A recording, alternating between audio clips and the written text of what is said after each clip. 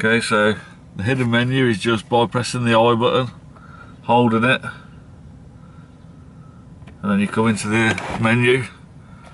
You skip through them all. It's just the speed alarm, TPMS, changing certain settings, changing your language, and then default all. So there ain't a lot in there really, and then escape. The speed alarm, you can just set your alarms. I've got mine to 30 and 70 in the UK because that's the speed limits.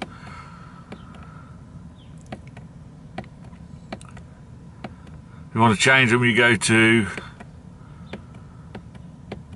I think you go to that one and then press it. Yeah, and then you got plus and minus and set.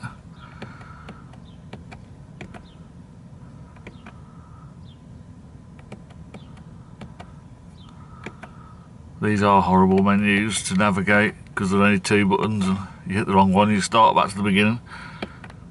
Then you got TPMS. That just basically, if you go into that, it just initialises the system. So if you have a flat tyre, your light will come on and it won't go off until you reinitialise it. In fact, I've just done it. Shouldn't have done that really, but never mind.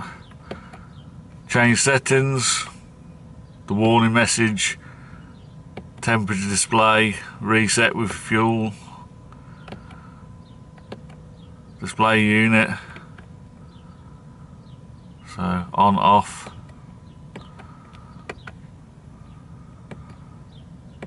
eco indicator, all sorts of weird stuff. Language, obviously it's set to English for me, and then default all. There's a button here as well that adjusts the, you can turn the display off, and then you can adjust the brightness a bit.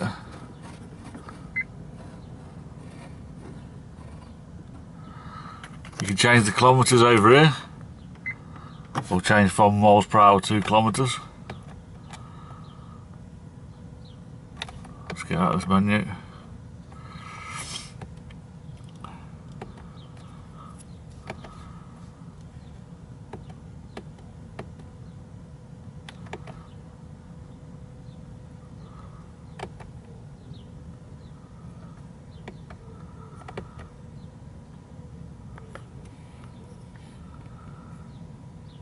So you got English, German, Italian, French, Spanish, and PT, could be Portuguese.